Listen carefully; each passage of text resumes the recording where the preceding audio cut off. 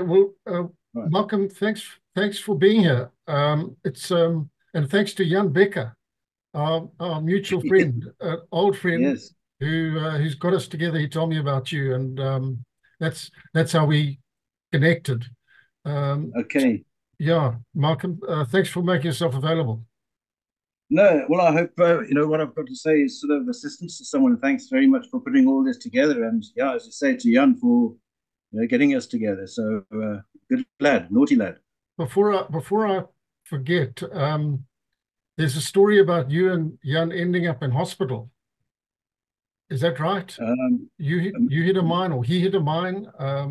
when he was ambushed, and I think he went to hospital, and he met up with oh, he's been on the program, Naughty Bugger as well, SB Oh, in Salt. oh, I tell you who it was, Les Milne. Les Milne, that's right. Yes, That's right. yes, It was Les and Les Les, Milne. terrible twins. They Yeah. they ended up in hospital together, and apparently didn't endear themselves to the nursing staff. I can well imagine. I can well imagine. Both of them, absolutely. Yeah, Yeah, yeah. yeah.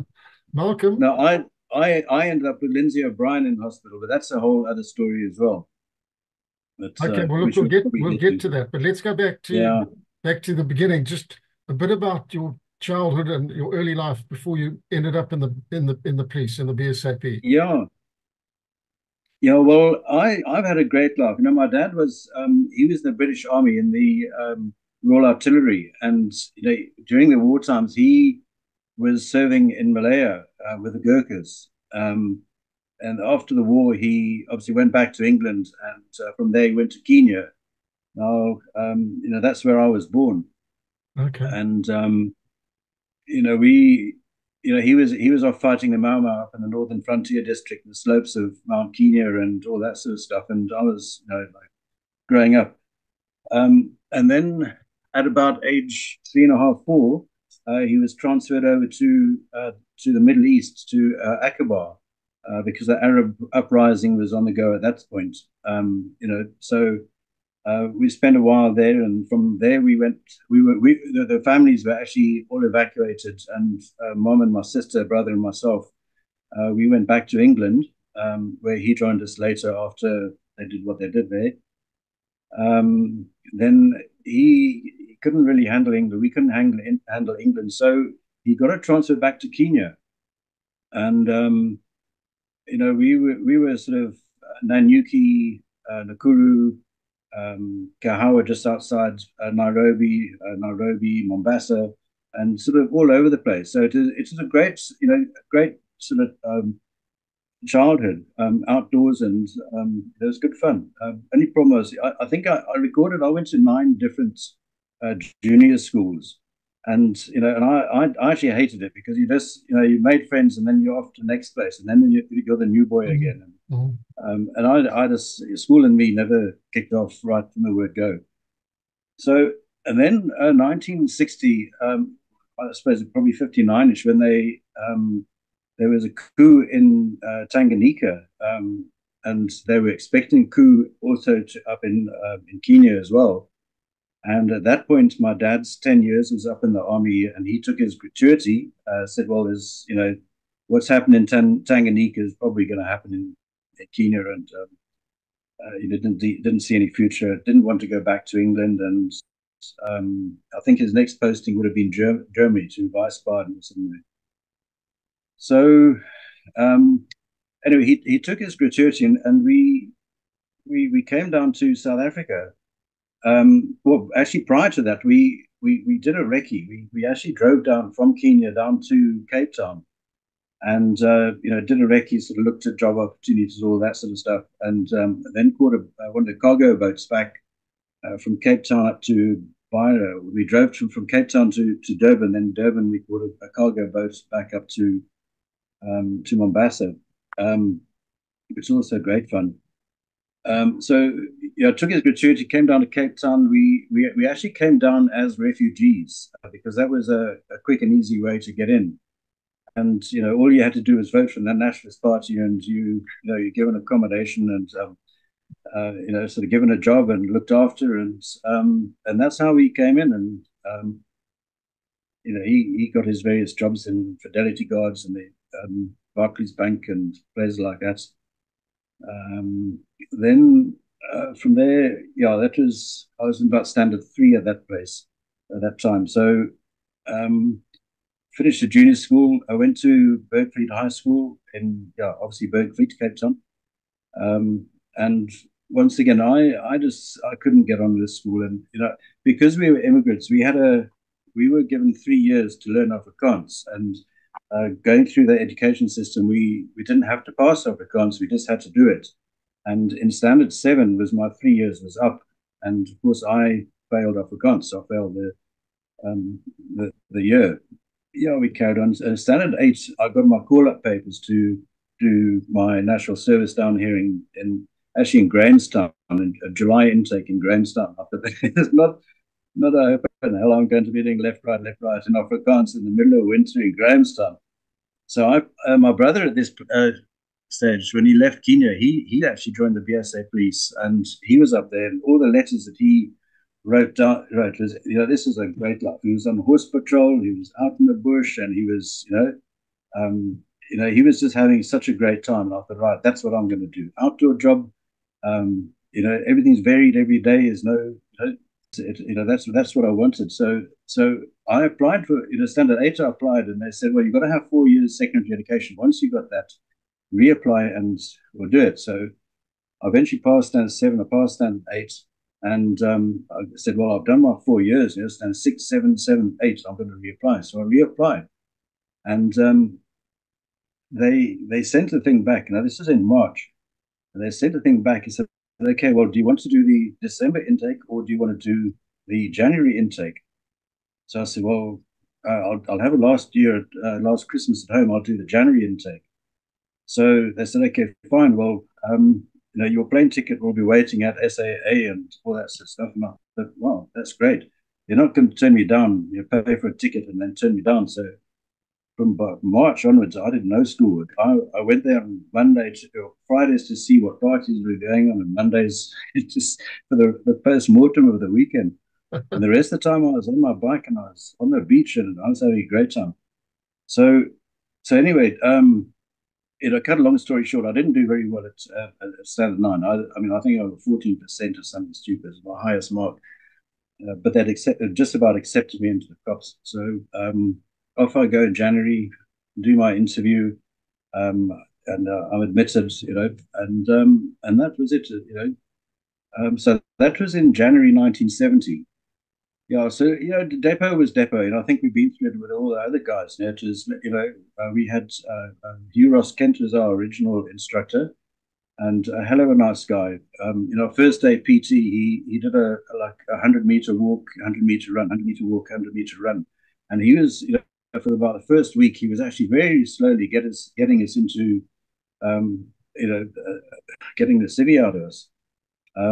And then for some reason we joined up with one squad, and two squad were amalgamated, and our instructor was O'Brien. I can't remember his first name. But hell of a nice guy, very rigid. And the first couple of days of his initial squad, I mean, they were puking on the sports field and everything. They just, he revved them. But anyway, he was our instructor. Good guy. We got through all that, and did all our law and police instruction and our typing and radio procedures and all those things we needed there. And then we had our coin evaluation, where we went up to the horseshoe block up at the Centenary. Now, I didn't know too much about Partu and coin and things. I mean, I was from Cape Town. I was there to join the police, so this is one of the things we had to do. So off we go and go up all these Mvurodona, I think it was. It was a mountain we had to sort of go up and walk around and back and things. So, and we, obviously that we had to be back in a certain time and a certain place. And I can remember now. I thought I just said, no, I can't do this anymore. I was absolutely knackered. And so I sat down the side of the guy. I said, no, come on. The Land Rover was coming up behind me. Of course, if the Land Rover overtakes you, then that's it, you fail.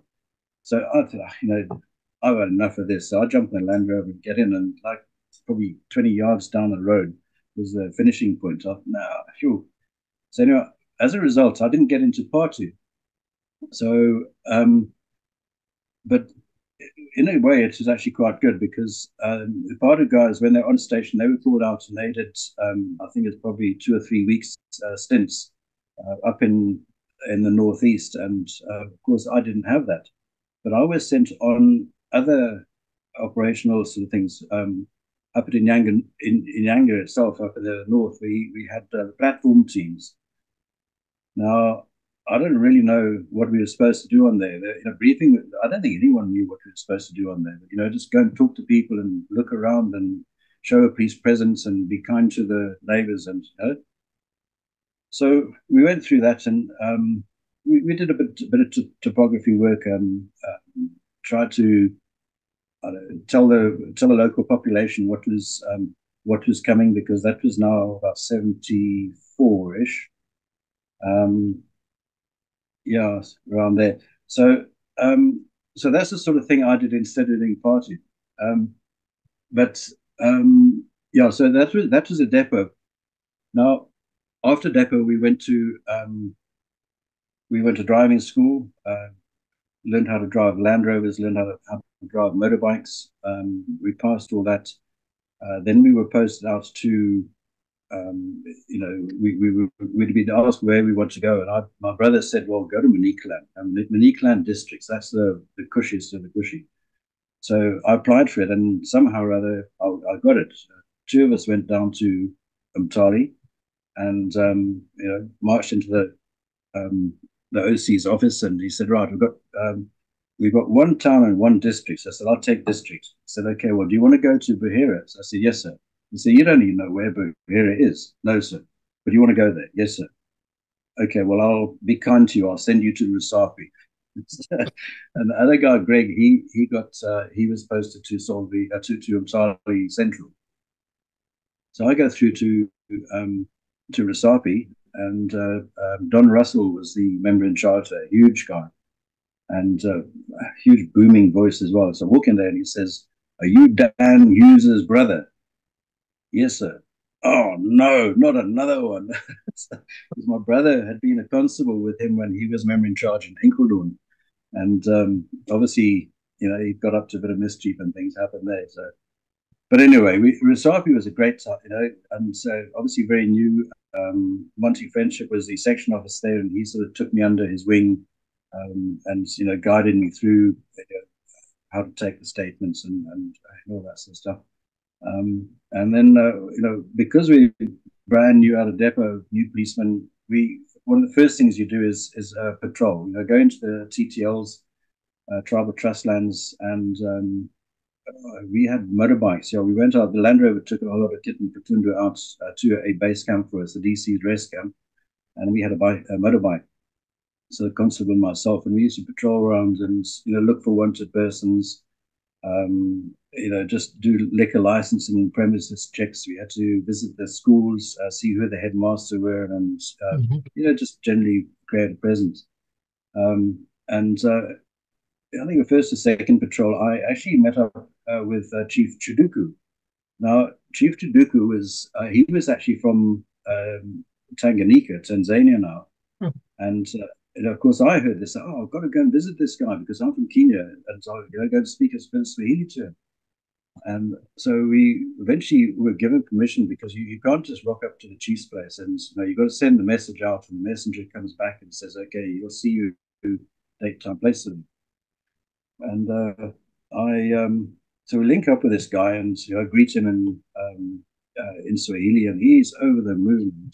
Sit down, and we went through the whole process. We've been taught how to approach the chief, the protocols ourselves. Yeah, and he hauls out his Tanganyika flag, and he drapes it over him. And I've actually got a photograph. I'll dig it out for you guys. And I've got him sort of my arm around him and smiling, and it's got a big thing. And I often wonder, now why was he removed from Tanganyika to Rhodesia or southern Rhodesia? I wonder what's behind that. And but anyway, he was there. Because, as you know, that Malcolm, that became a very, very uh, hot area, Yes, typical. yes. Yeah, It became very subverted, very pro ZANU-PF. That's very interesting. I mean, a chief coming yeah, from Tanzania, that is, I've never heard of such a thing. yeah. Well, I've got a couple of these things, and this is why I actually like to bring it out because, yeah, there's a whole. We'll come to it all later, but he and his tribe were there, and from that, one of the other exercises we did was in Mayo. Again, because I wasn't part of, I did these other operations with internal affairs. And three end up were involved in this, where we had to move people out of the Mayo, I think it's a Mayo farming area, or there's Mhm. an African purchase area that was being taken over for European farming, for cattle ranching. Ben Kishula would probably know about all this. And so we were there based up at the Mayo police station, and we had to the internal affairs were moving the guys out from Mayo into the Inyanga North TTL, where Chief Kataleri. Um, and I didn't know anything. I was linked up with Mike Shalofsky. I think he died in a landmine up at Greba somewhere, but also naughty bugger. He and we were just there to the police were there just to make sure everything went down okay. The army were there for they had their instructions, and we didn't think any about it. We got our $3.75 TNS, and we had a couple of beers with people we didn't normally have beers with, and we went home. A bit more police work, and nothing more was thought about it. But when I was up in Inyanga North, doing my ground coverage stuff, I actually came across the guy who one of the nationalists that we'd moved from Mayo to Inyanga North. And of course, I was going around and saying, well, this I would say before I call them the combatants came in. Um, this is 76, right at the beginning of 76, and there was obviously a presence in the area, but it was very very low key. And I went to this guy. I found out that he was a guy who moved. One of the guys who moved, and I said, this is what's going to be happening in the area. We need your support because these guys are going to break all your dip tanks. They're going to destroy things. And he said, well, why should I support you? And I said, well, because in Smith he's the guy who gives you relief when there's a drought, and there's he sends your guys out for the dip tanks and things like this. He said, no, no, no, no. He said, I'm going to support Zanda because that's my land over the river there. I was moved out of there. And you can see how lush and nice that is, and you can see how rocky and barren this is. Why must I support you? I want to go home. And I thought, wow, he's right. So, of course, now that I've got this sort of this information, I start sort of asking around, and a lot of the guys are out there. So we've now got a key place to observe. When come and we know they're going to be there. We know they're going to be fed, and this is all around the Senani Chief Cutter area. I don't remember. Well, there was a big three end up had a big punch up there on the Battle of the Inyangombe. Okay, that was all around that area. Mhm. So anyway, that's one of the things we did when I was at Rusapi doing these platform teams or platform teams with these operations in Mayo.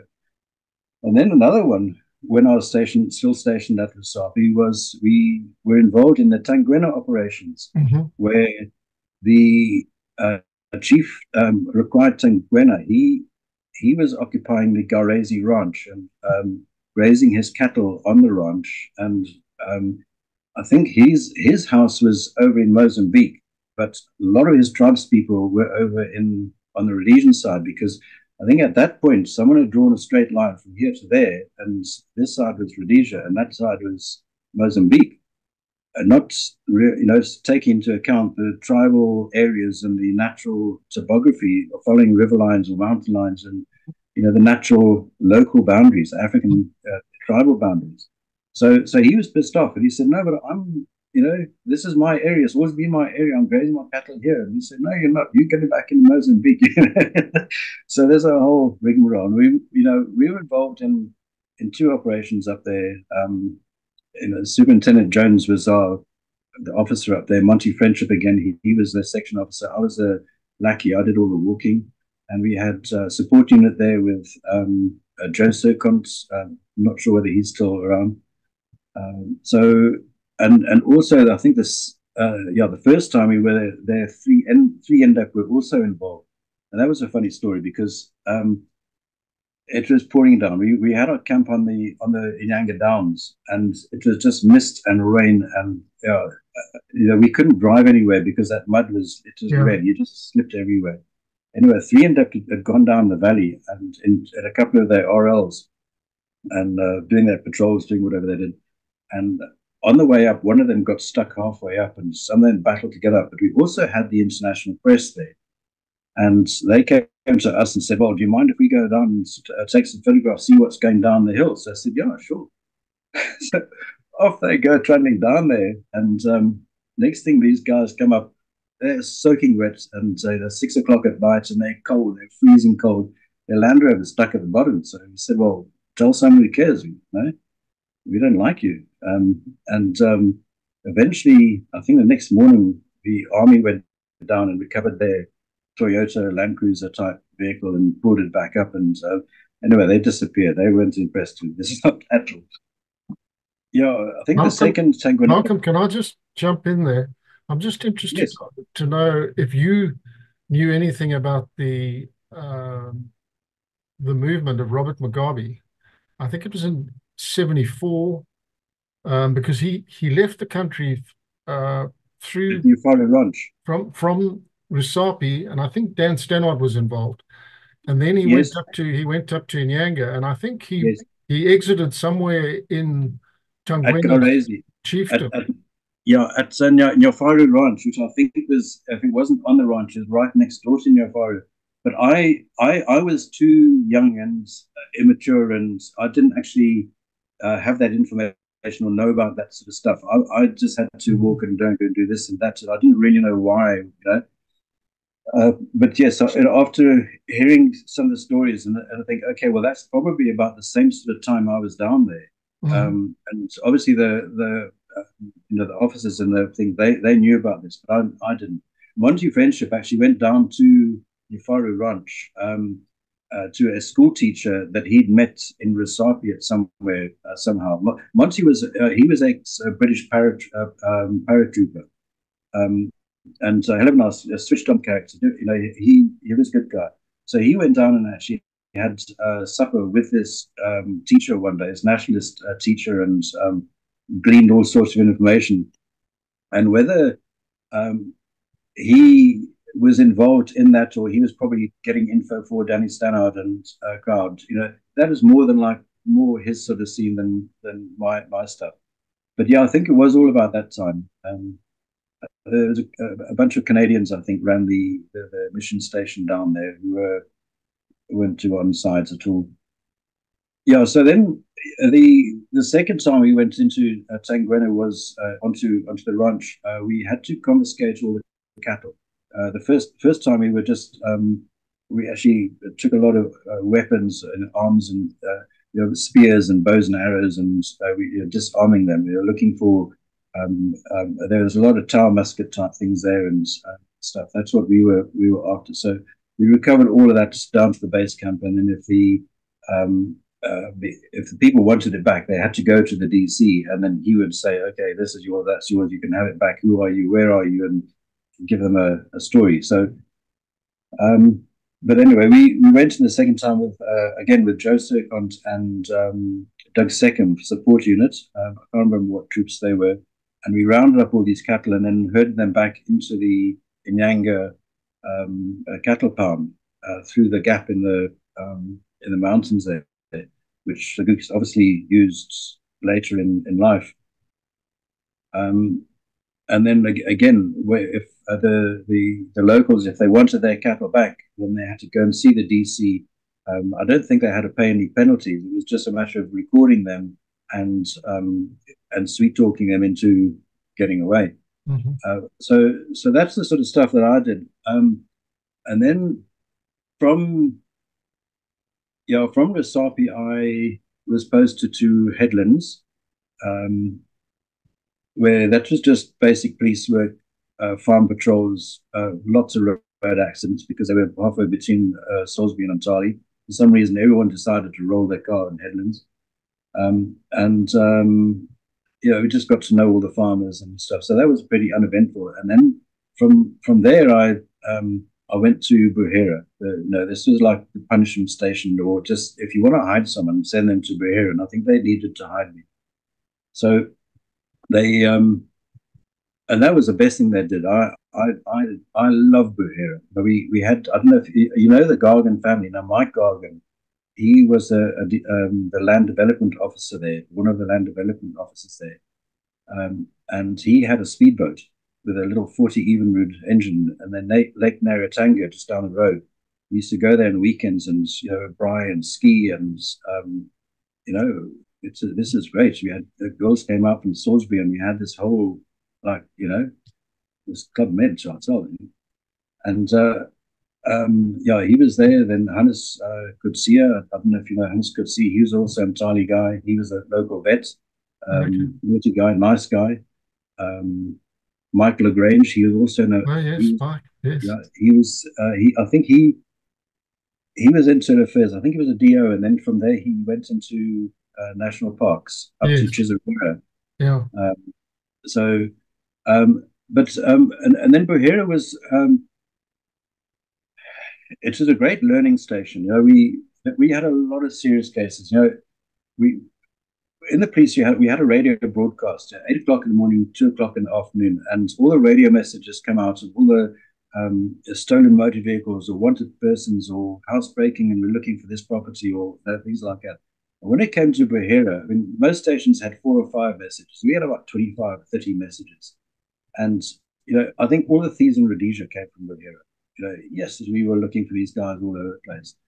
And so, um, a lot of the time we were out on patrol, the constables were out patrol looking for these guys, getting these guys. And we had investigated a lot of serious crime as well. There's a lot of rape, quite a few murders. In those days, we had a sudden death docket, which was everything was affidavit form, and this was like serious stuff. And we had post-mortems. Anyone who died, there was post-mortems, and eventually they took it because it became so much of a hassle. They took it down to little booklets, which was a heck of a lot easier.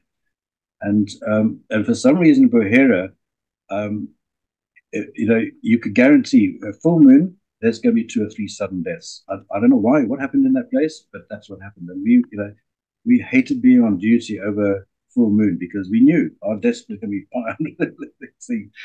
But a great experience. We learned a lot, and this is something that we don't give enough recognition to.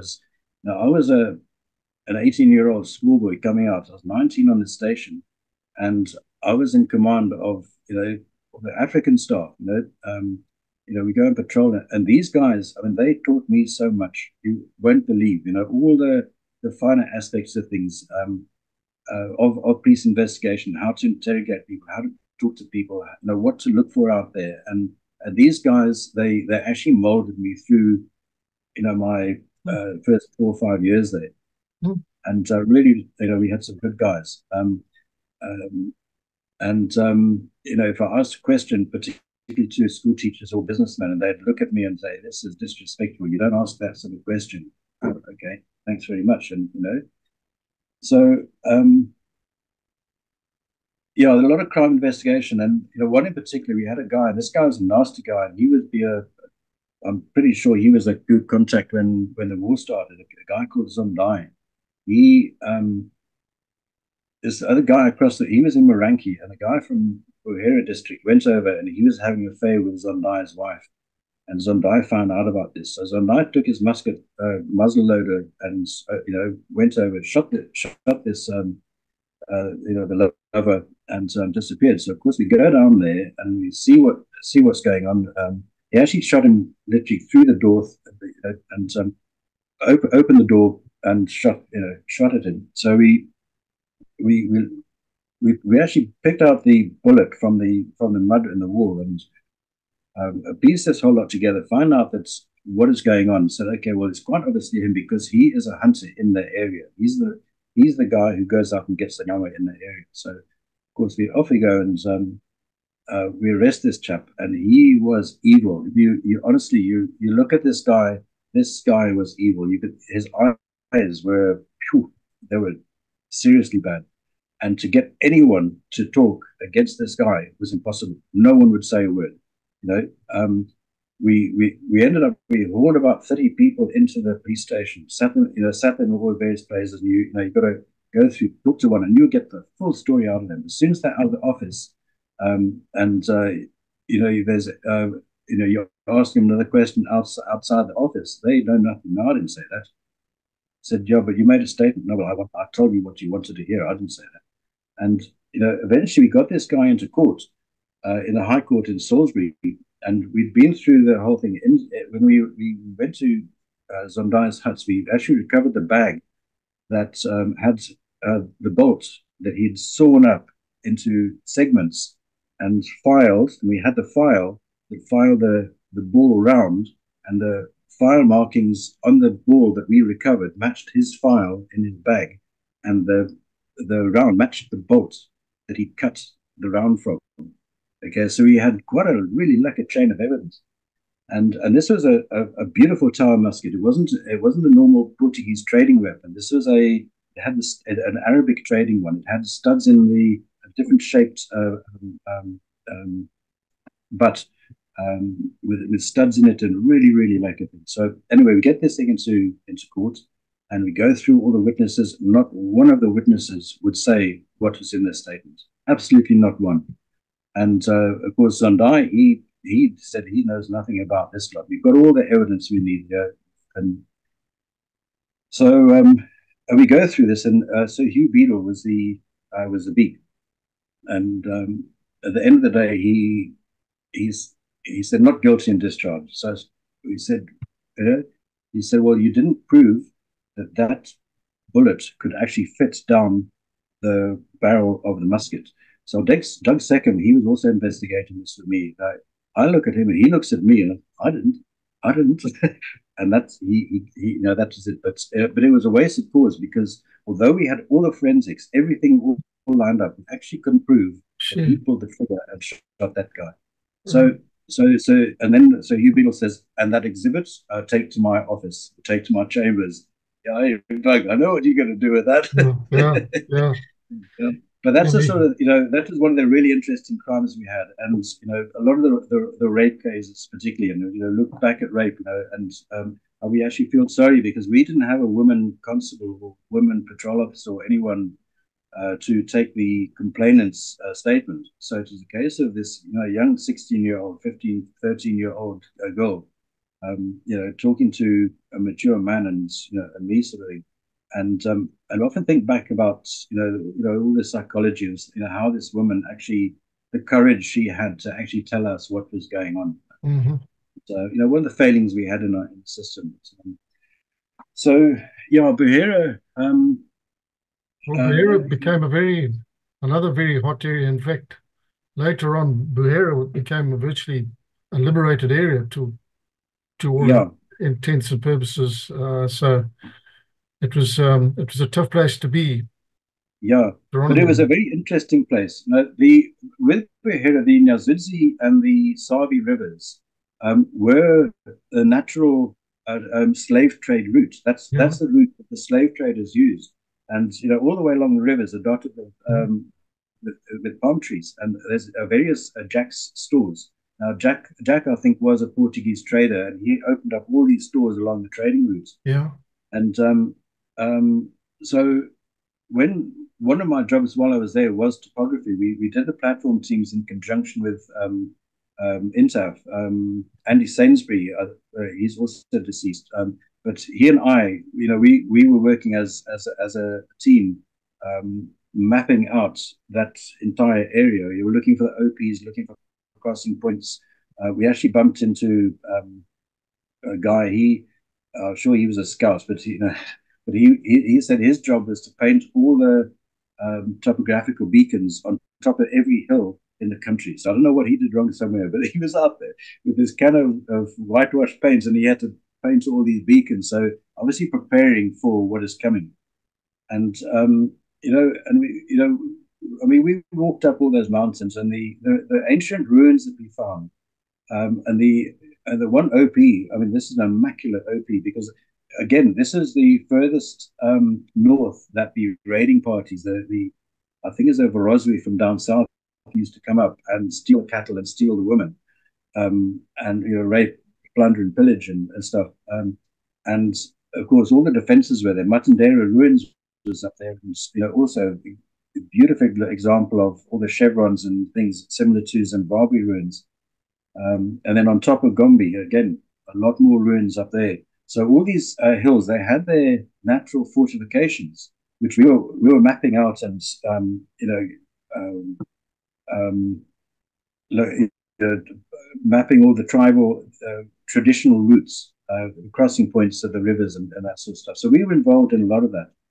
And I actually don't know why, 76, when I went operational, I actually don't know why they didn't send me back there, because I knew that place like the back of my hand. It was, and I knew a lot of guys. When I was there, I performed a river rescue. Now, the Nyazinzi River, this thing came down and heavy and quick. And we got a report in that there's a guy stuck on an island in the middle of the river, and the river is rising. So Mike LaGrange, Rob Percival, myself, I think Phil Harrison might have been there. We go out, and this is a funny story because we haven't got a clue what we're doing, but we take out the 303 with the cup on thing, a whole lot of ballistic shells, the lead line, all the rope, and off we go. And someone must know what we're doing. So we get down to there, and there's this guy, probably about 15, maybe 20 meters into the river, and you can actually see the water rising, and he's sitting there, but he's not only stranded there, he's crippled, and he's got a dog. So we've got to go there and rescue him. So we set this thing up, and we don't know, turn the gas chamber this way, turn the gas chamber, and put it in your shoulder. That's the last thing you want to do, because this thing is backwards like that. Eventually, we get this cup over onto the island, and he walks it to a tree, tie up the big rope, and we just said, Dawnza, just pull this rope. So we get the main rope over, and then one of us has now got to go over, because he's not going to tie himself onto that rope so we can pull it back. So, of course, Jimmy ends up with a short straw. Now, normally it goes to the junior person, but that was Rob Percival. He said, not a hope in hell, he can't swim. So anyway, I end up, but I've got powerful arms. I used to have really powerful arms. So I said, okay, cool. So I get onto this thing, and as I hit the water into the mainstream, my body just goes, shoom, it's absolutely planing on the top. Wow. So I haul my way across, get to this guy, put a loop in him, two loops into the rope. He goes into one, I go into the other. And, he's got the dog, I've got him, and then everything's untied on there. And I just shout on there, Dawnza, and these guys, they just pull. So we hit that water, and then the rope goes from underneath my armpits to around my belly. So I'm going through the water like this. I can't breathe. This guy's trying to drown me. He's trying to grasp up the air like that. He's holding his dog, and the more he's fighting, the more I'm going under. So I get up and I push him down, and this is the comedy of errors. Anyway, eventually we get to the other side, and everyone's happy and sorted. And all the thanks go around, and he says, "Yeah, Isha, you must come around to my hut, and I really want to thank you." So I go around to his hut, and he said, "Is there anything you want to know? Then you come to me, because I will tell you. I owe you my life, and I will, I will look for people for you. I will do." And I thought, wow, what a, and he's one of the informers that you sort of just lose, because you can't pass a guy onto that like that onto another person.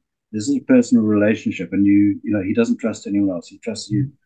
But he was the main guy that I used to see quite regularly, and just get bits and pieces, mainly wanted persons and things. So, Buhera, we had Murrumbinda Mission. That was also a place. The father there. Every time we went past, we had to stop, and we had to inspect his booze cabinet and open all the bottles and sniff the gin or vodka, whatever, because they weren't allowed to crack a bottle open. Once it's been cracked open, they can drink the contents. They're not allowed to open it. So we had to do that for them. They had a submarine engine as their generator for their lights and things, and parties that went on there on Saturday nights. You won't believe.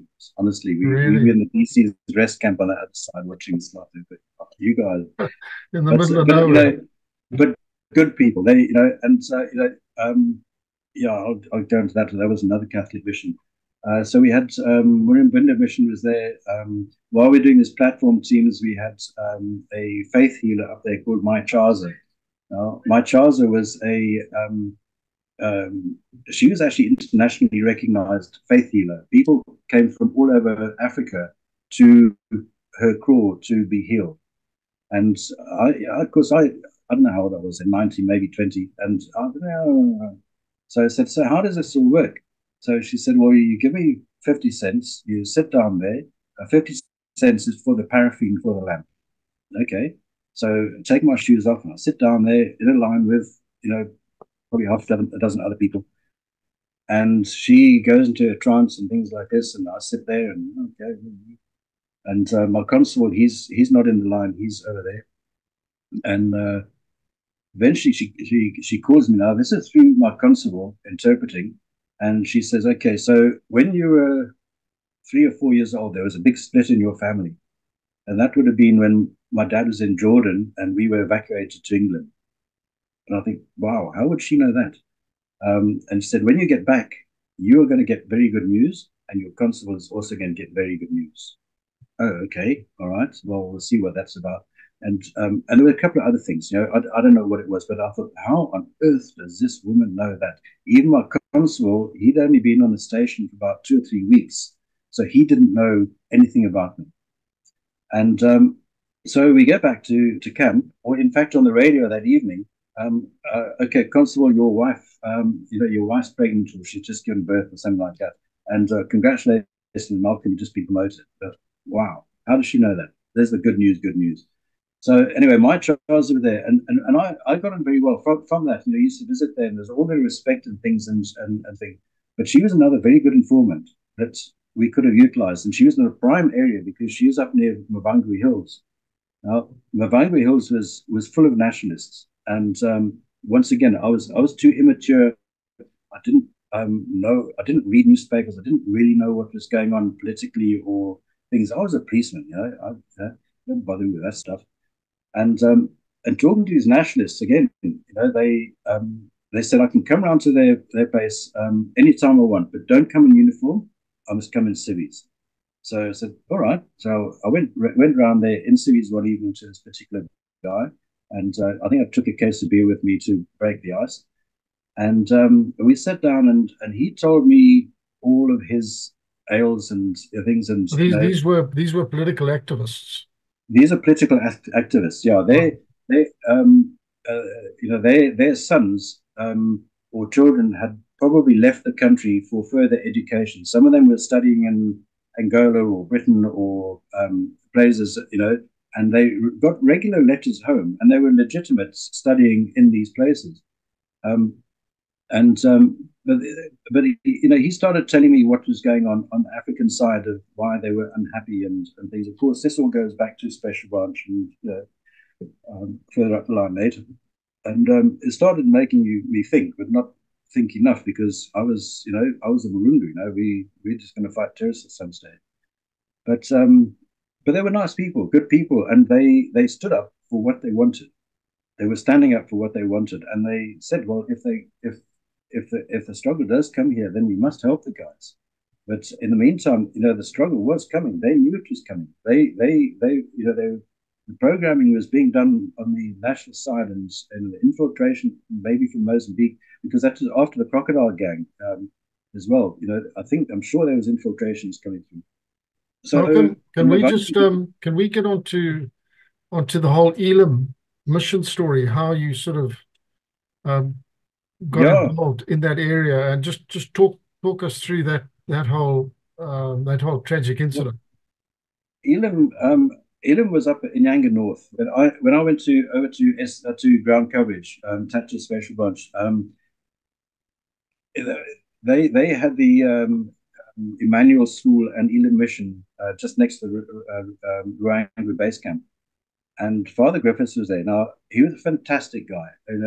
I obviously went there, introduced myself, and I'm not a Christian person, but I've got my own beliefs, and he respected that. He said, "Well, that's fine. He will pray for me while I'm there, and if at any stage I want to come down and just talk to him, or if I want to come into the thing, well, more than welcome." And stuff. So I used to visit them not on a regular basis, but quite frequently. Saturday evenings they'd have movies against the school hall, and we'd go down and watch the Sound of Music against the school hall, and stuff. So, but um, I didn't want to be too friendly because obviously the Turks were infiltrating and they were seeing what I was doing, and I didn't want them to um, think that he's an informer and murder them, because this is what's happened all up in the northeast. So we kept it low key, and he said, "Malcolm, I'm not going to help you. I can't come and tell you where they are or what is going on and things like that, because," I said, "I understand that and I actually appreciate it. I'm not going to." When we were told that the groups were going to become quite active, I went down to him and I said, "Right, we can expect an increase of activity now, and I'm not going to come down to the mission at all ever.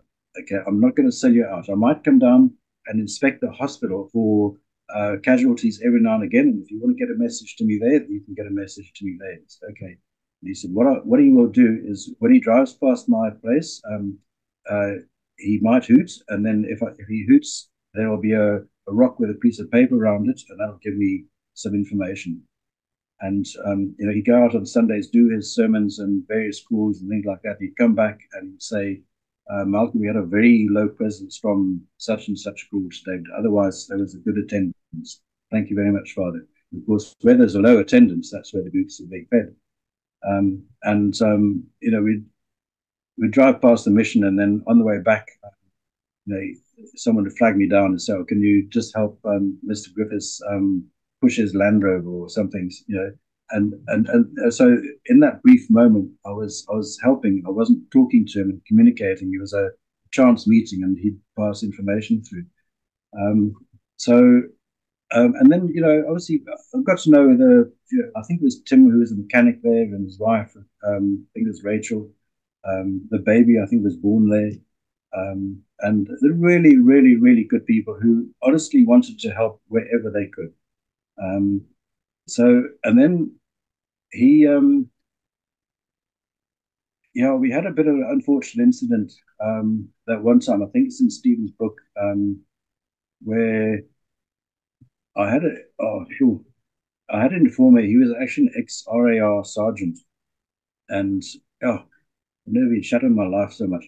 But when I went into his crawl and he crapped on me from a dizzy height for not actually coming sooner. He said, "These have been around, or these terrorists have been around such a long time. Why is it taking you so long to get to me? These guys are in here every second day. They're coming through here." And he went off. And so I said, "Well, thanks very much. And I'll meet you. Just when's a good time to meet you?" And he said, "Oh, gave me a date, time, place. So we met up at this guy wouldn't stop working. He came every second day. If he didn't walk into the camp, he'd stop me on the road. He was just pumping me full of information. And one day he came in, Sunday afternoon, and he said, "Right, these guys are here now." So I said, "Okay, right, just next to that school there." So I said, "Can you read a map?" "Yes." "Okay, there's a map." And he pinpointed on a little contour. He said, "Right there." So we couldn't get Fire Force in from Grand Reef, which is far too far. So by this stage, we've made an arrangement with Motoko. We get a hold of Motoko. Yeah, got Fire Force available, and in they come. They pick him up, pick my sergeant up as the interpreter, and we show the KCAR commander. Said, "Right, on that pin there, on that is where these groups are now." So yeah, off they go, and they had the punch up, and that's where they lost a chopper tech. Got shot through the head. Pat, someone, I can't remember his name.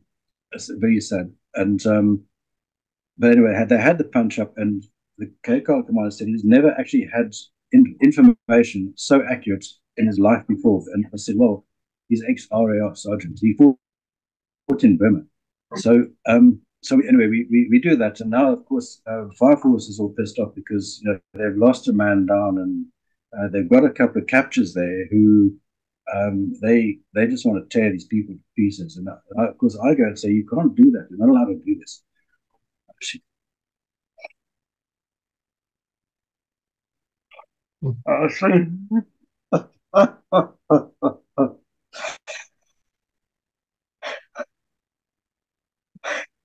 No, it's just like I get so emotional when it comes to these guys.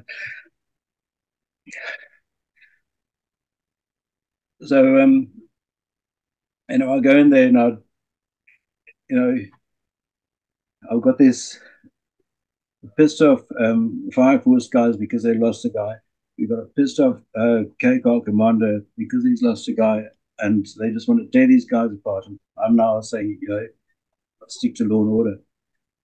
So I managed to get these guys out and things. And as this is all going down, Father Griffiths comes in, and he's got a sick guy in the back of his Land Rover, sick young boy who needs urgent medical attention. I don't know, appendix burst or something quite serious like that, and he needs an escort to go through to town. Or can the Fire Force take this guy through to Mtoko to hospital, which is actually the better thing to do? And of course, Army, the Fire Force deny this, and understandably, and I can't send a Land Rover or anything through. So I can't. This is now probably about 5 o'clock in the evening, and I can't send manpower through from my station because if we use that road between Rangri and Inyanga, I think we lost 13 vehicles and 13 convoys or something stupid like that. There's always shit happening there, and I didn't have the manpower. So I said we can't do it, and he said, okay, well, stuff you, and he's going to do it by himself. And I don't know what happened to that young guy, but Father Griffiths, he was pissed off. He was really seriously pissed off, and it actually put quite a damper on our relationship for a while until I explained to him what was going on. Because obviously they've got captures in, and they needed interrogation. I had the guys to do the interrogations, and from those guys, you very seldom get any information that is going to take you forward. They don't know where the goose are going to be running to. So all you're going to get is history, and you can torture these guys. You can do what you want. You're not going to get the information out. We actually deployed into the area and to try and see if we can get anything else, and it all fizzled out. And everyone went home. It was just a bad time. Malcolm, when did you hear about the Elam murders and your contact with the Griffiths family afterwards? I'd been posted out of Rangri at that stage, and I think I was doing a relief member in charge of various stations, and I heard about it. And even now, it really, really upsets me for what goes on. But Stephen Griffiths was Peter's son, and he wrote a very good book, the Axe in the Tree, I think it's called. Excellent book, and it explains exactly what happens in that whole thing. And he and I have actually been in touch. There a couple of mistakes in the thing, but he didn't know. He was a 10-year-old boy listening from stories from his dad. So I didn't really have anything to do with the Elam down in Luvumba at all. All of my dealings were up at the top, at Inyanga North. But the Griffiths family were fortuitously not there that night. No. I saw Father Griffiths. He was actually immigrating about the same time as me, or he was going out on holiday, and I saw him very briefly, and I obviously did my condolence and things. But I think he was overseas at the time that it all happened. But otherwise, he would have been there. Yeah, him and his family were there, and I don't know whether I should actually discuss the book at all, because I just find it absolutely mind blowing. The after events, after the war. In former Rhodesia, now Zimbabwe, Elim missionaries had established a missions base against the backdrop of civil war. By June 1978, they had moved the outstanding secondary school and much-needed medical clinic to the Vumba region near the Mozambique border. They were serving joyfully and fruitfully in the name of Christ. This remote mission station was about to become the scene of Elim's darkest hour. Vumba is a mountainous region in the south of the country, near Umtali. The massacre happened at the Emmanuel School in the Vumba, which is 13 miles from Umtali. Africa at that time was experiencing a revolution, and it became almost a civil war between the blacks and the whites, and between the terrorists and the security forces. They started a new school year in September 1977. It was approaching the end of the third term. On the evening of Friday, the 27th, a group of gunmen came in. There were probably 30 of them to 40 of them, and a leader. They then rounded up the missionaries who were on site. There were 9 adults, 6 of them married couples, 3 of them single, and 4 children. The children were young, they were not at school. They were taken out of their home and brought to a part of the site which was surrounded by trees. They were then murdered, very brutally. Later on, after it was all over, a group of terrorists were captured, and in one of the baggages that they looked at, they found the diary of a man who had been present, and we were told that they were murdered very, very brutally. They did rape some of the women. There was evidence of that. Philip remonstrated with them and said, as he tried to free his hand, he said to them, "Look, I've come here to preach the gospel. I've come here, I'm not a politician. You've got guns, we haven't got guns. You're acting as cowards, killing defenseless people." At that moment, Wendy White, who must have been close to him, shouted to him, "Don't worry, Philip, they can't kill the soul." And then virtually it was over. The mother of the little 3-month-old baby was lying with her hand stretched out to the child. There was quite a reaction and questioning for a while as to why it had happened and how it had happened. However, it had a positive effect also on the movement. In the 5 months after the event, the number of mission people who applied for missionary service in Elim were more than the 5 previous years put together. If you have martyrs in your background, that shows a passion which is far greater than any other.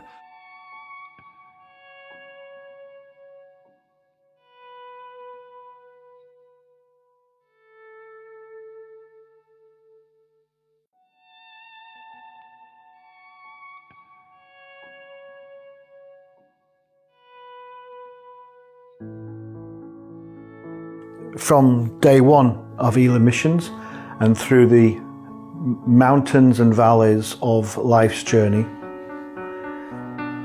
through good and bad of all of its history, Elim Missions has been and still is, very simply put, would be to take the gospel into the whole world in the power of the Spirit. The leader of the group that went in there, he'd been brought up on a mission station. I can't remember where, but I think his father was a pastor at one of the district mission stations. Mm-hmm. And they've got a Christian guy, and I think he left of his own accord. and went over to Mozambique for training. And then he came back in, but he still had this Christian belief system in him. It hadn't been sort of indoctrinated out. And this had been picked up, I understand, by another terrorist call sign, and they had to amalgamate because the one didn't trust that this guy was actually going to do the job. So these two guys amalgamated, and they went in there and did the deed. But the guy, he wasn't happy about doing this. The leader of the first group, he wasn't happy about doing this, but he had to do it because that was his job. And after the ceasefire, after the war, he managed this. I can't remember his name, but the terrorist leader actually got hold of Father Griffiths and said, "Listen, I need to talk to you. This is weighing me down such a lot. I've got to get this off my shoulders." And now, and this is quite a tricky thing because that incident was actually treated as a murder case was opened for that. A lot of the other atrocities, there weren't murder cases involved. It was acts of war, or there was something else. But this one particular one, probably because of the international aspect, was this is a murder case. Now, if Peter Griffiths was caught associating with this terrorist, he was then aiding and abetting a murderer, because this guy was still in the country, still preaching things like that. So they couldn't. But anyway, they did meet up, and the terrorist actually said, this is actually what happened. He feels so bad about it, and doesn't know how to go forward. And Father Griffiths actually stood up and forgave him. Said, "Okay, it's over. Whatever the words are." But he forgave him, and this terrorist leader from there became. I think he went to university, got a degree and stuff, and now he's a practicing minister in a church in a small town in England. And a lot of people know who he is, but and I thought, wow, you think there was a missionary educated guy, then he goes and leads a group who wipe out a group of missionaries and the children in the most brutal fashion. Does anybody know what motivated them to do it? Was it just a bloodlust, or was it to send a signal? Apparently, apparently the mission station were getting too much favor with the local population, and this wasn't allowed because the terrorists were losing control of the population, and the mission station were trying to. I don't know what they're trying to do, but they. A lot of the locals didn't actually want to be involved in the groups. They actually wanted the good life, and we found this in Yanga North as well. We were talking to the guys. You could talk. No one would say a thing, and then you produce an AK magazine and say, "Well, do you know what this is?" "Oh yeah, we see a lot of that." And then you've broken the ice, and then they start actually talking, but they'll never tell you anything here and now. It's all later, and they. And I said, "Well, look at your cattle. Don't you think you should have dip tanks?" He said, "We love dip tanks. We're not allowed dip tanks." "Look at your schools." "Yeah, I know, but maybe when the war's over, then the government can build." That's interesting. So the missionaries were actually becoming a bit of a political threat. I think to the ZANU, yes. Popular support, yeah, that makes sense. Yeah. And let's not forget, Malcolm, just for the record, in the wake of that atrocity, David Owen, who was then the Foreign Secretary, was very quick to blame the Zulu Scouts. And unfortunately, that got a lot of traction. And I think, almost to this day, there are a lot of people who still believe that was contrived to paint the enemy in a bad light, but subsequently shown to be absolute rubbish.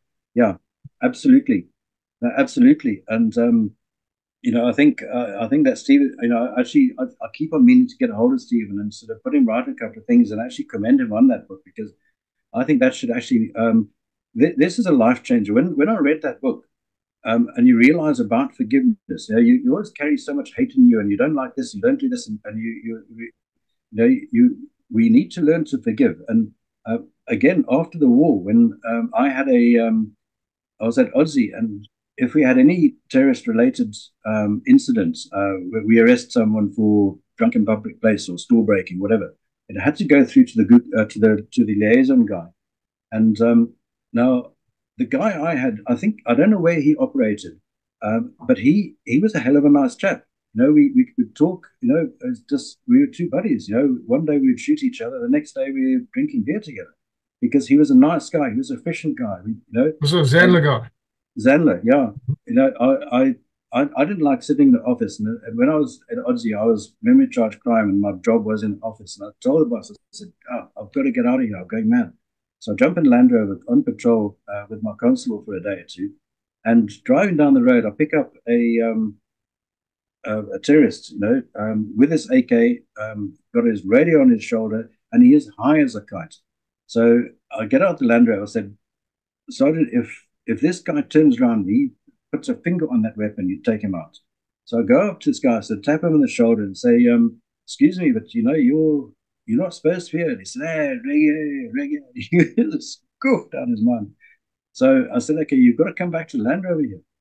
So he jumps in the back of the Land Rover. He won't let go of his weapon. He said, no, stop. He's not letting go of the weapon. I said, okay. Sarge, sit in the back of the Land Rover with him. Just keep your weapon on him. If he makes a move, put some holes in it. And so I got him back to the station, and we get a hold of this liaison guy. He had to come out from Ntali.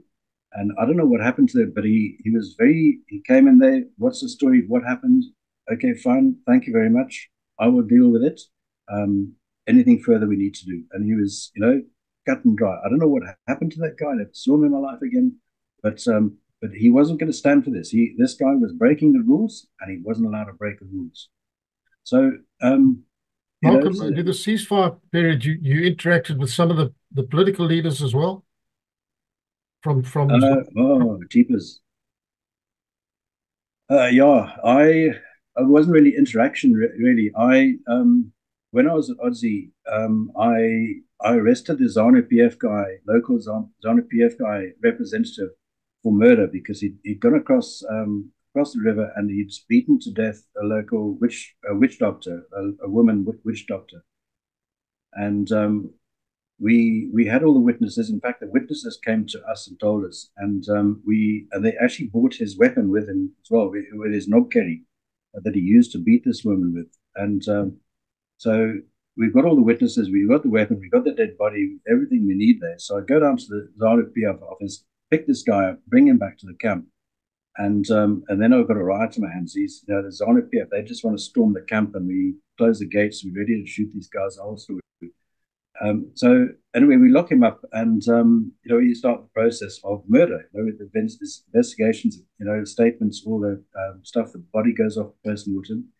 Next thing, I get a visit from Mnangagwa. I don't know what his portfolio was at that stage, and he said, "Listen, I need to meet you down the football fields at 2:00 on Saturday afternoon." So I said, "Yeah, for what?" He said, "No, we need to talk to you about what's going on here, but we'll meet you down the ZANU-PF officer down there." So I said, "Okay." So I phoned my boss, the OC district, and I said, "Well, this is what's happened. What do I do?" He said, "No, I can go down there. Just take 2 Land Rovers, half a dozen guys, shotguns, FNs, and see what happens." Okay. Where's this meeting about to take place now? It was supposed to be at the ZANU-PF offices in Odsey. In where? Odsey. Odsey, yeah. Okay. Odsey. Yeah. Okay. So I get down to the football fields, and there's this literally a marquee with Mnangagwa. In fact, Mnangagwa came to the police station to make sure I got there. So I followed him down with my constables and sergeants. I briefed them, told them what to do, and I was sat down next to Mnangagwa, and now I was being interrogated about arresting this guy. So, once you're in this sort of thing, I don't have any say. In the African way, you are guilty just by the fact that you're a suspect. You are guilty. So I was guilty before I walked in there, and they were having a kangaroo court about this. So I picked this up with a whoa, and you can feel the vibes of the crowd. It's just lifting and lifting. So I stood up. I saluted Mnangagwa, and I just looked at my sergeant, and if he raised his rifle, I was just going to drop a leopard call because he was going to take out that entire crowd. There's probably about 200 or 300 guys there. And so anyway, from that's actually why when I resigned. But that was, oh no, and then there's another time when I was at Melsetter. I was acting member in charge in Melsetter when Muzarewa came down after the ceasefire. He was a UANC. I've still got his UA. His hat? His UMDC hat or whatever it was. Mm. But he came down just to meet people and meet the member in charges and just have a bit quick talk and things. And we'd actually just picked up an arms cache, and in the arms cache was a PPSH. So I said, "Oh, Bishop, wouldn't you like to hold this? Wouldn't you like a bit of rifle practice?" No, can't do that. So I said, "No, there's no cameras around here. Don't worry, just have a bit of target practice." But he wouldn't hold this weapon. He said, "No, I'm not going to get caught like that." But he was a nice guy. He was a nice guy. Melsetter was another thing because I was involved with the monitoring force. Bede McKenzie was a New Zealander, and we. After the ceasefire, we couldn't shoot unless we were shot at, and the army were on patrol, and something happened, and a terrorist was shot in the leg, and we captured the other guy. So we treated the guy with a wound, and the survivor, we brought him interrogated, told him he's not allowed to be there, he's not allowed to carry his weapons, I said, but I actually want to meet your boss, so I'm going to let you go. But I want you to come back with a message from your boss telling me where we can meet up. I said, I'm a policeman. We've got to now try and get you all into the assembly points. And I just need to discuss how we can do this, what the best way is, and skirt all that. So anyway, about 2 days later, this guy comes back with a piece of paper. I'll meet you at such and such a school. So, of course, now I'm in uniform. And I go out there completely unarmed, a sergeant, constable, and probably about half a dozen of us, all in police uniform, no camouflage, no weapons. And I'm walking, we see this guy in the hills behind the school. So we're walking across the millie fields, and I'm just expecting water bombs or shit to rain down. And we get up there, get up to where they are. And honestly, you won't believe, Hannes, I saw one guy who was obvious. And then all of a sudden, I was surrounded by about 10 guys with RPDs, and they actually appeared out of rocks, or they were a tree stump, and they just sort of molded into people. I honestly, I've never seen people just appear like that. And this commander, he sort of waved them down, said, "No, that's it." So I introduced myself and said, "Right, this is what it is. How are we going to get this done? How many guys have you got?" He's got about 400 guys that he's in the area waiting to go, but he's waiting for the instructions. So I said, "Well, I'm actually here to." He says, "No, he's got to take his instructions from his detachment commander as to when they're going to move, how they're going to move." So I said, "Well, can I meet your detachment commander?" And he said, "No, you're not high enough rank.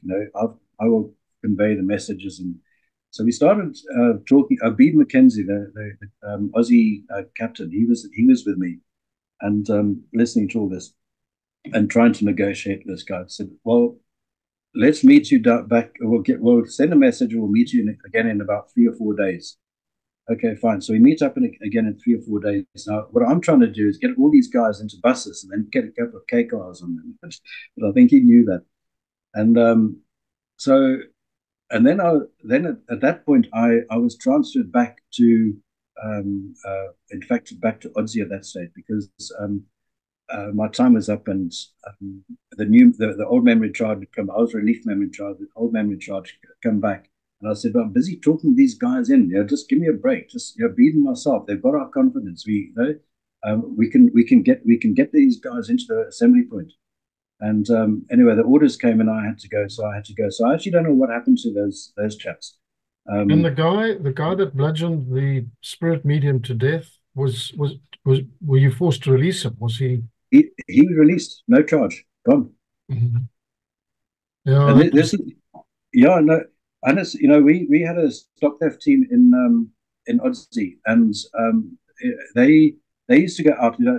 Stock theft was a very serious crime because this was people stealing the national herd. This is all our foreign currency they were taking.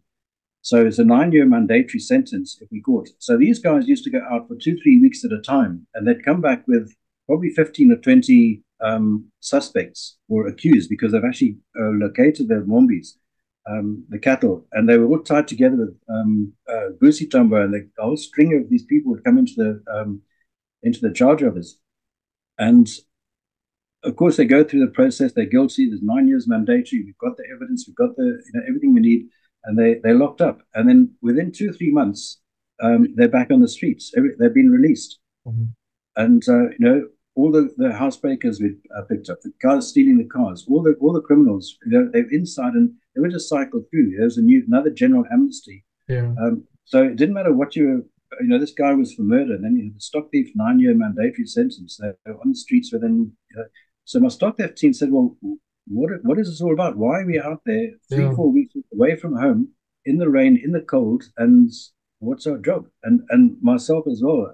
I thought, well, I can't arrest a guy for murder. These guys can't do the job, so I put my ticket in, and I was on the way out. Yeah, that's when you realised it was pretty much pointless trying to maintain law and order. And yeah, but I'd passed all my promotion exams. I've been promoted section officer, and I've now passed the inspector exams, but I couldn't get my inspector thing because constables that had taught me in Buhera when I was a youngster, they were now becoming inspectors above me, and some of them deserved it. Some of them were really good guys. We had to put reports in on likely candidates, and I'll tell you what, we had some fantastic guys who deserved the rank that they got. They were really good. But the thing is, they were getting promoted, and I wasn't. And I thought, well, what's the point? I could have stayed maybe another couple of months. I would have got my promotion. I would have got a better pension and stuff. But yeah, when particularly with that thing with Mnangagwa, that rattled me. It really rattled me. I thought I can't do this. Yeah. The writing was on the wall. Yeah. And Malcolm, thanks. That very interesting. Yeah. No, discussion. Yeah. I'll make some quick notes. I'll make some more, and then I'll discuss with John. See whether there's any more stuff, because the time at Rangwi, again, a lot of life lessons learned, and the way we were operating, and my briefing when I went in there, I didn't, I was uniform branch attached to special branch doing ground coverage work. So I had a uniform boss, I had a special branch boss, and I found out actually through these interviews that I actually had a boss in Salisbury, Jamie Whitelaw. He was a ground coverage boss. I thought, I wish I'd known that when I was there.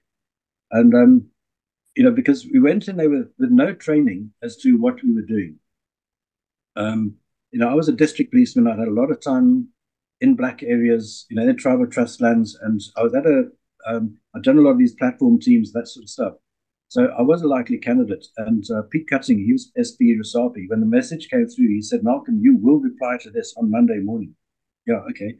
So I did, and that's how I got into ground coverage. But my briefing from Inyanga, I said, I won't mention his name, but I said, is there anything I need to know? Is there any sort of secrets or thing, how do I do this? I've never really done this before. And he said, just go out and talk to people. And I said, is that it? He said, yeah, just go talk to people. So, all right. I thought SP was this, weird and wonderful, espionage type thing, and all I've got to do is go and talk to people. So we go in there, and what I realized is, we've had Hurricane going 3-4 years before I actually get on the ground, and I know nothing. I haven't been briefed as to how the guys in Hurricane actually operate at all. So we hear these stories of, you go in there and you grab people and, you just beat them and they'll tell you. And so I went in there and I gave guys a couple of fisticuffs, and we had those little wind-up things, telephone generators, and, clip them onto various parts of the anatomy and, crank them and the guys talk. So, I thought, big stuff. Now, this is the way the guys do it up there. This is the way I'm going to do it here. So, and yes, I walked so many miles because the guys will tell you whatever they want to tell you. And, when they're under that duress. So, we get out there the next day after the interrogations. pinpoint this. And I was up and down mountains and round and about, and we found nothing at all. So, of course, then you realize, okay, this is a waste of time. But, had I been told previously that actually what you need to do is just talk to the guys, well, I was, but, just sit down and treat them with respect and things like that. Then it would have been a different matter, because as soon as I started doing that, and like producing that AK magazine, for example, and talking about, that children who'd been abducted from schools, say, wouldn't it be better if your child was here with you instead of you don't know where? And they realized that empathy was coming out of us. Then they started cooperating as much as they could, and they couldn't do a thing. They weren't allowed to. I've been into crawls, and one day, and like 2 weeks later, I'd go back into the area and walk through, and I said, "What's that horrible smell?" And there's the entire crawl had been massacred, because I'd been seen going into that crawl, talking to the guys. And what I've tried to do is go through not one group of huts, but about 4 or 5 different huts, meeting a whole lot of people, than seeing an individual family or 2 individual families, because those guys got taken out rapidly. But as soon as we started doing the pickups and, doing, like getting out of our Land Rover, walking 5 kilometers, 10 kilometers through a series of 10 or 15 groups of huts and through the fields and things, and coming back, the goose didn't know who had actually told them what was being said. And they did want to talk. The locals did want to talk. And when it came to the period for the first elections, I was up there programming the people. I think there was a ceasefire, and we had to do the prelim up to the elections and explain to the locals how the ballot worked and how what the ballot paper looked like and things. And they said, yeah, but there was 2 papers. The Europeans had one voting sheet, and Africans had another one. And Ian Smith's name wasn't on the African voting sheet. So they said, but where's Mr. Smith? So we said, no, well, you're not allowed to vote for him. You can only vote for these people. And we point to MDC, so the thing, And they said, yeah, but we actually want to vote for Mr. Smith, because these guys aren't going to help us. When there's famine, we're not going to get food. We're not going to get relief. They're not going to fix our boreholes. We want Mr. Smith. Yeah, they wanted Mr. Smith back in power. And through the various interrogations, through the war, and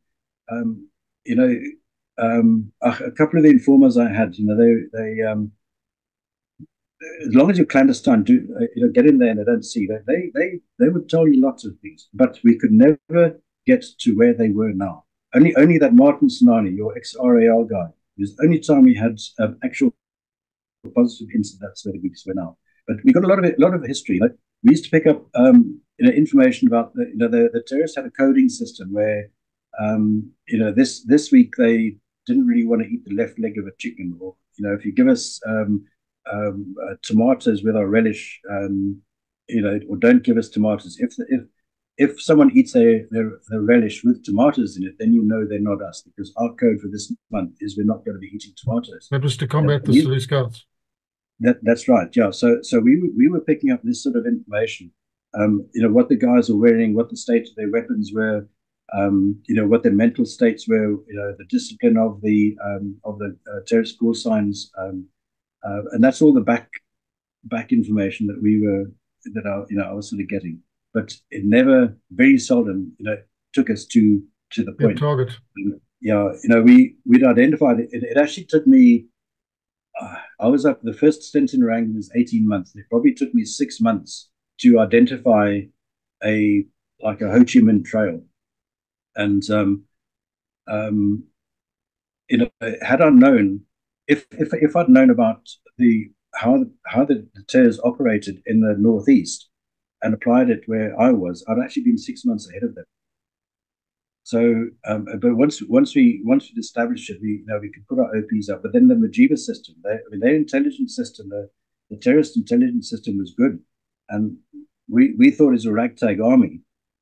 It's nothing of the sort. It's actually quite a highly disciplined, because they'd been given instructions not to take us on until the time is right. And I was driving around with my sergeant major and myself, just 2 people, 1 Land Rover, for a long time. and taking all the Tetsi roads through the back and beyond. And, we probably passed base camps without even knowing it. They probably saw us, but they weren't. Particularly up in that area because it was so rugged and easy to hide. Oh, plenty of places, yeah. And SP had a capture that they sent back up to us and to indicate where the camps were and things. And he said, "Yeah, I remember seeing you. You were driving down that road there, and the only reason we didn't take you on is because the 25 came behind you, and that had the MAG on it, and that was RIC of Mike Rash. He had the 25 with the MAG on it. He said, "No, we were watching you plenty of times." And sometimes I'd turn to my sergeant, we're walking through the bush, and just the two of us, and the hairs would go up at the back of my neck, and I said, "Sarge, are you okay there? Yeah. Are you feeling all right? Yeah, I don't know." And I'm telling you, we were being watched. They were close, right next to us. We, doing our thing, but they've been told, "Don't touch." Malcolm, I'm going to leave it there. I've got to run. Okay. But I can't thank you enough. Bloody interesting. And Malcolm, if there's more, stuff. Let's we can always do another one, but a lot of interesting stuff here for now. Good. So I'm going to say farewell for now and all right, record this, and then we'll be in touch tomorrow. I'm going to send this off to John tonight. Yes. But we'll chat later. But thanks a hell of a lot for your time.